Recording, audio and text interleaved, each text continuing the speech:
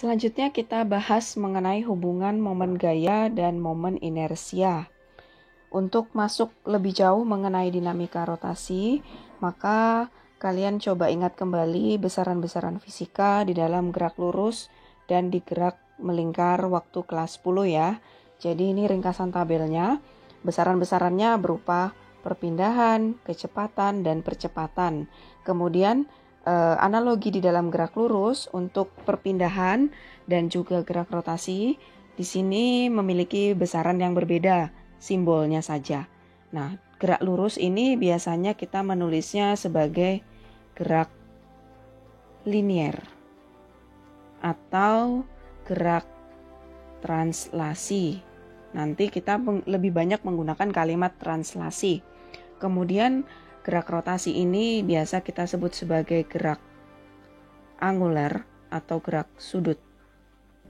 Jadi nanti besaran-besarannya menggunakan sudut sebutannya. Untuk perpindahan pada gerak lurus simbolnya adalah S, satuannya adalah meter. Kemudian di dalam gerak rotasi, perpindahannya bukan lagi S tetapi theta. Theta ini adalah sudut yang ditempuh suatu benda di dalam gerak melingkar. Awalnya berada di titik P, kemudian bergerak dengan kecepatan V, maka dia berada di posisi C sekarang, artinya dia sudah menempuh jarak sejauh theta. Nah, ini disebut sebagai perpindahan sudut.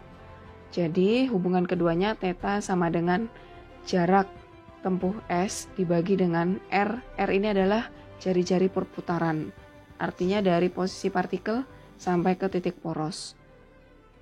Kemudian besaran fisika yang kedua yaitu tentang kecepatan.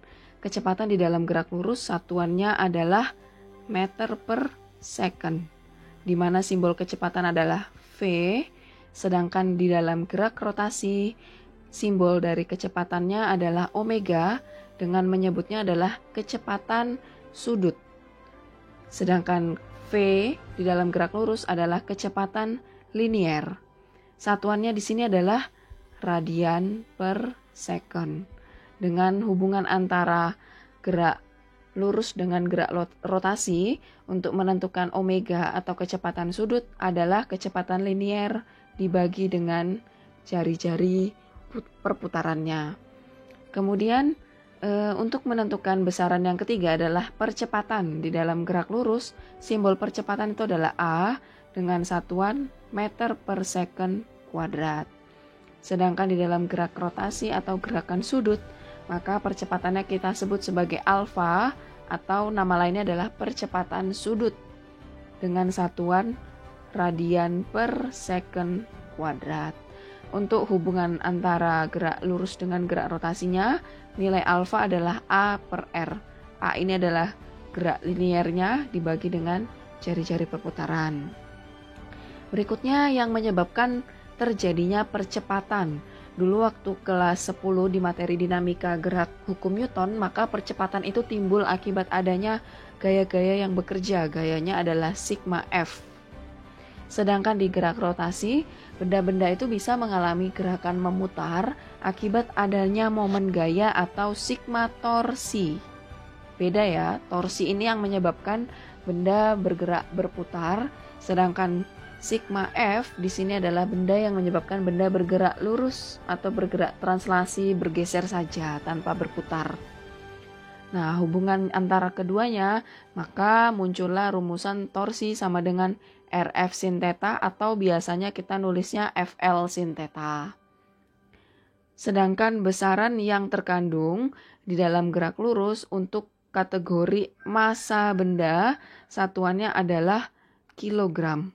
Sedangkan di gerak rotasi, kita tidak hanya berbicara massa, tetapi kita juga berbicara mengenai momen inersia benda. Yang mana nilai konstanta momen inersia benda itu berbeda-beda ya, tergantung jenisnya.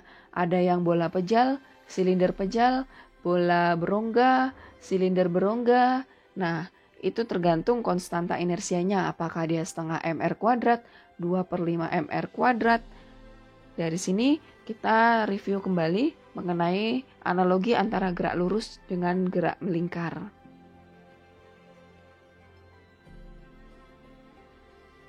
Selanjutnya disajikan contoh aplikasi dari gerak rotasi pada sistem katrol. Sebenarnya sistem katrol ini udah familiar ya waktu di materi dinamika gerak hukum Newton. Hanya saja waktu di materi dinamika gerak hukum Newton, kalian mengabaikan yang namanya massa katrol. Jadi tidak dipergunakan. Kalian hanya menggunakan massa dari benda yang digunakan dan juga gaya-gaya yang bekerja. Nah, sedangkan di materi aplikasi gerak rotasi pada sistem katrol, maka massa katrolnya ini tidak diabaikan. Artinya massa katrolnya digunakan di dalam perhitungan. Ada massa katrol, ada massa benda, jadi kedua-duanya dipakai. Selanjutnya kita coba merumuskan bagaimana hubungan antara momen gaya dengan momen inersia. Jadi hubungannya yang pertama berangkat dari adanya hukum Newton. F sama dengan M kali A. Kemudian ingat lagi konsep torsi, F dikalikan R atau F kalikan L. Kemudian momen inersia, KMR kuadrat tergantung konstantanya. Kemudian besaran-besaran fisika seperti tadi, posisi sudut itu adalah theta, kecepatan sudut omega, kemudian percepatan sudut alfa. Nah, maka akan menghasilkan suatu persamaan hubungan torsi dengan inersia adalah sebagai berikut.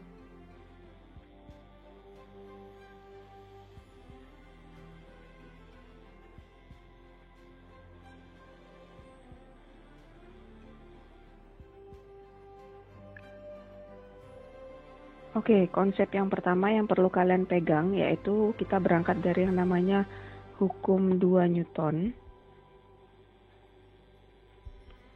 di mana hukum 2 Newton rumusannya adalah sigma F sama dengan M dikalikan A.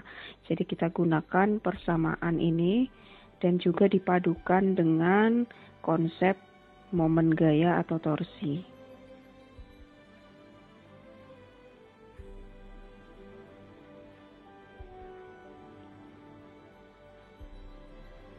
Kita pakai torsi sama dengan F dikalikan R, artinya sama saja seperti F dikalikan L sin theta, hanya saja F dan R-nya ini saling tegak lurus.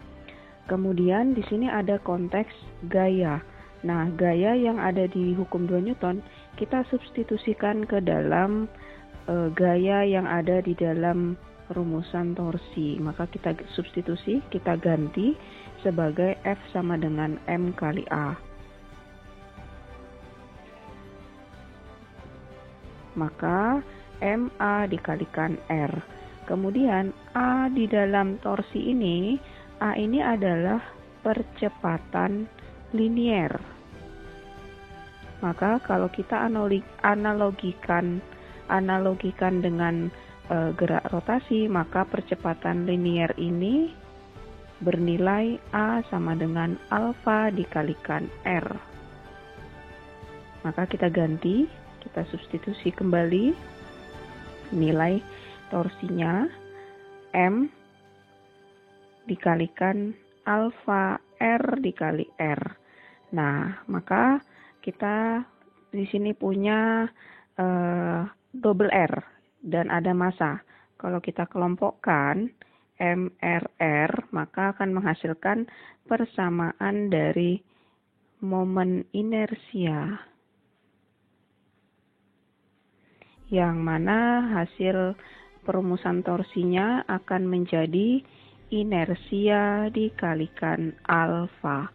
Inilah rumusan dari hubungan momen inersia dengan momen gaya, bahwa torsi sama dengan inersia dikalikan alfa, yang mana besaran-besaran fisika torsi ini adalah atau momen gaya, satuannya adalah Newton meter, kemudian inersianya tiap benda, momen inersia, satuannya adalah kilogram meter persegi.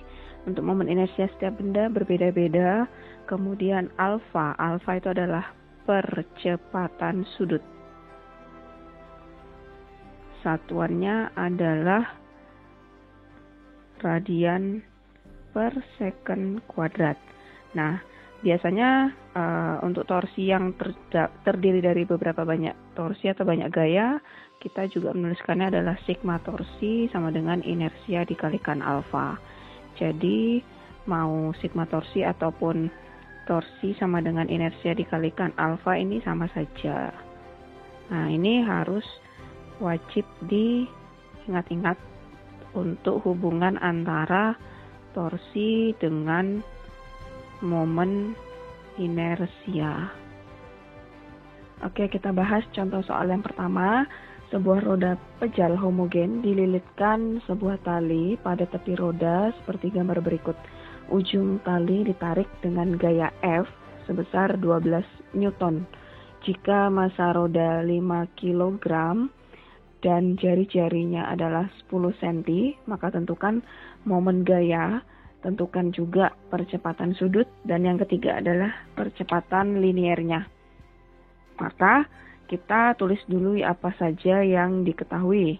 Jadi yang diketahui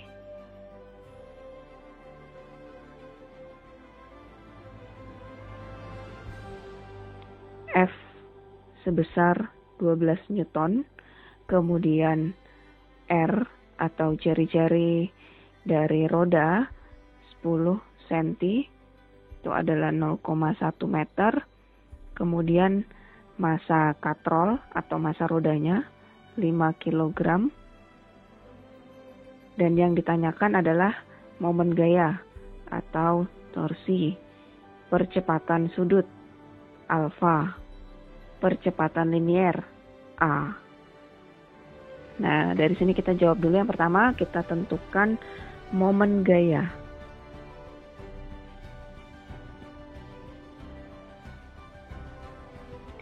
Momen gaya torsi sama dengan F dikalikan R. Kita gunakan persamaan F kali R tanpa FR sin theta karena arah gaya dengan arah jarak lengan gayanya sudah membentuk tegak lurus.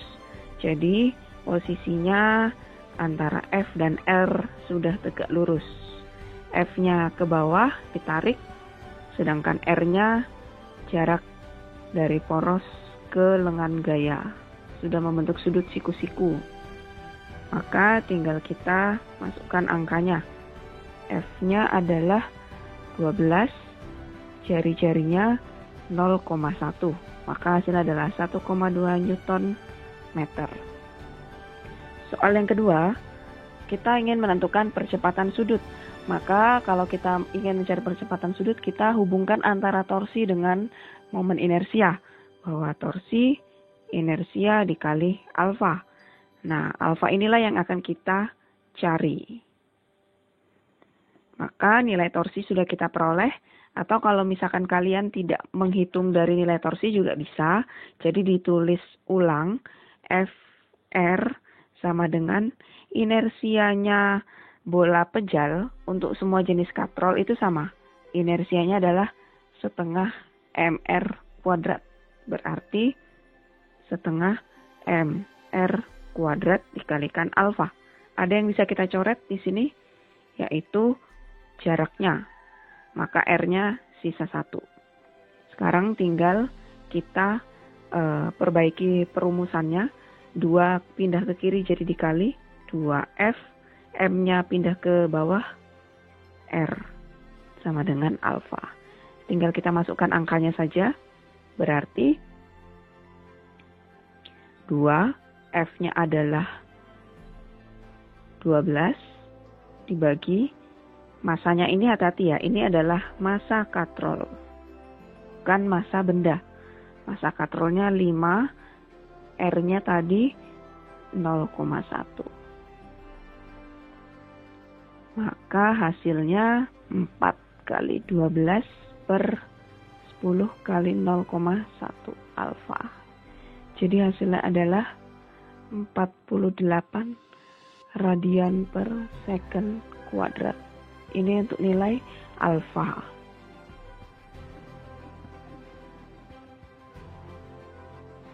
Atau untuk cara yang kedua, untuk menentukan percepatan sudut, maka kalian juga bisa langsung memasukkan nilai dari torsi. hubungan torsi inersia dikali alfa. Torsinya tadi sudah kita peroleh di sini sebesar 1,2, maka tinggal kita masukkan 1,2, inersianya adalah setengah mr kuadrat dikalikan alfa. Ingat, ini adalah massa katrol, maka 1,2 tadi massa katrolnya sebesar 5 kg dengan jarak R-nya sebesar 0,1 kuadrat kali alfa, maka tentu nanti pasti hasilnya juga sama. Ini tinggal dikalikan 1,2 kali 2 per 5 dikali 0,1 kuadrat alfa.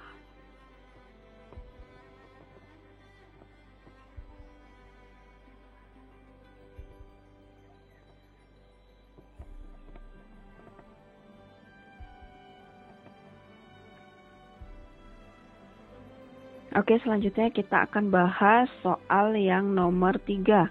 Kita ingin menentukan yang namanya percepatan linier. Nah, karena kita ingin mencari percepatan linier, Al sama dengan berapa? Kita lihat dari analogi hubungan antara gerak lurus dengan gerak rotasi, bahwa A sama dengan alfa dibagi R. Sehingga nilai dari alfa kita sudah peroleh adalah 48 dibagi jari-jari katrol, yaitu 0,1, sehingga percepatannya adalah 4,8 meter per second kuadrat.